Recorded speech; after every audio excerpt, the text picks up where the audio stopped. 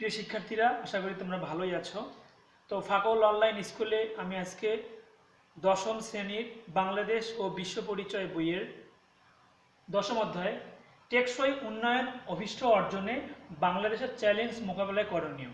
আমরা এর আগের ক্লাসগুলোয় দেখেছিলাম যে এর ফলাফল কি এবং কি চ্যালেঞ্জ আমাদের জন্য, বাধা কি কি, এবং আমরা এই ক্লাসে আলোচনা করব যে বাধাগুলো মোকাবেলায় আমাদের করণীয় কি, আমরা কি কি করলে বাধাগুলো মোকাবিলা হবে সেটা নিয়ে আলোচনা করবো। হ্যাঁ, আমরা আসলে প্রত্যেক নাগরিকের স্ব স্ব অবস্থান থেকে সবাইকে এগিয়ে আসতে হবে। স্ব স্ব অবস্থান থেকে যার যা দায়িত্ব সেটা পালন করতে হবে সঠিকভাবে। প্রত্যেক নাগরিকের বাড়ি রাস্তাঘাটে নিজের দায়িত্ব পালন করতে হবে। যেমন আমরা দেখি যে একটি বৃষ্টি হয়ে গেলেই আমাদের শহরে অথবা গ্রামে জলাবদ্ধতা দেখা যায়, পানি জমে যায়, বিশেষ করে শহরে। তো সেখানে কেন হয় জলাবদ্ধতা? দেখা যায় যে ড্রেনগুলোর মধ্যে নোংরা জমে যায়, পলিথিন জমে যায়, অনেক কিছু জমে যায়।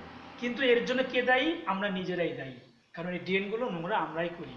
এই ড্রেনগুলো নোংরা করার ফলে দেখা যায় কি যে ড্রেন বন্ধ হয়ে যায় এবং বৃষ্টির পানি যেতে পারে না এবং সব উছলিয়ে প্লাবিত হয়। এর ফলে এই রাস্তাঘাট ডুবে যায়, সাধারণ দরিদ্র মানুষেরা কাজে যেতে পারে না, তারা তাদের কাজে যেতে পারে না, তাদের শ্রম দিন নষ্ট হয়ে যায়, তারা না খেয়ে থাকে কখনো কখনো।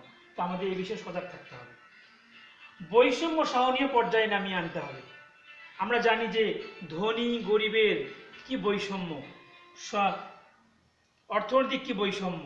হ্যাঁ, যে দেশের বিশাল সম্পদ মুষ্টিমেয় কিছু মানুষের হাতে, আর বেশিরভাগ মানুষই দারিদ্র। তো এই বৈষম্য সহনীয় পর্যায়ে নামিয়ে আনতে হবে, সেই ব্যবস্থা গ্রহণ করতে হবে। আয়, ভোগ, জেন্ডার, অঞ্চল বৈষম্য কমিয়ে আনতে হবে। এই আয়ের বৈষম্য কমিয়ে আনতে হবে, যে একজনের আয় মাসে 5 লক্ষ বা 5 কোটি টাকা, আর একজনের আয় মাসে 1000 বা 2000 টাকা। এই বৈষম্যটা কমিয়ে আনতে হবে।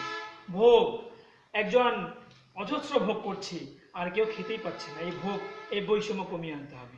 জেন্ডার বৈষম্য, নারী পুরুষ, ধনী গরিবের, নারী পুরুষের মধ্যে যে বৈষম্য, সেটা কমিয়ে আনতে হবে।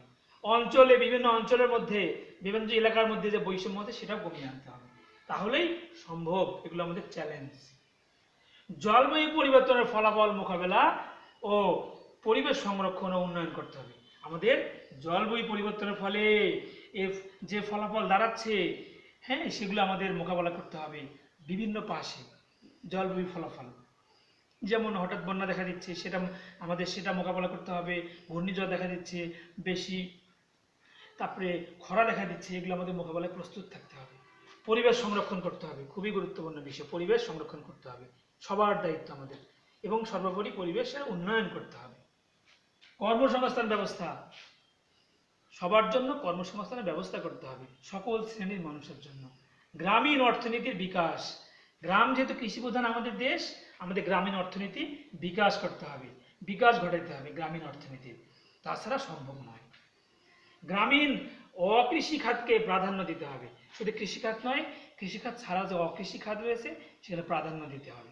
বিশেষ করে আমাদের দেশে পিছিয়ে পড়া জনগোষ্ঠী, যেমন বিভিন্ন ক্ষুদ্র নিগোষ্ঠী হতে পারে, তারপরে পিছিয়ে পড়া জনগোষ্ঠী, চর অঞ্চলের লোক, হাওর অঞ্চলের লোক, এই পিছিয়ে পড়া জনগোষ্ঠীকে শিক্ষা দীক্ষায় এগিয়ে নিয়ে আসতে হবে এবং তাদেরকে শিক্ষা দীক্ষায় উন্নত করতে হবে। তাহলেই আমাদের এই চ্যালেঞ্জ মোকাবেলা করতে পারবো এবং আমাদের সেই টেকসই উন্নয়ন অভিষ্ট অর্জন সম্ভব হবে। ঠিক আছে, তাহলেই আমরা সেই উন্নয়নের শিখরে পৌঁছাতে পারবো। ঠিক আছে, তো আজকে আমি এই পর্যন্ত শেষ করছি। সবাইকে ধন্যবাদ।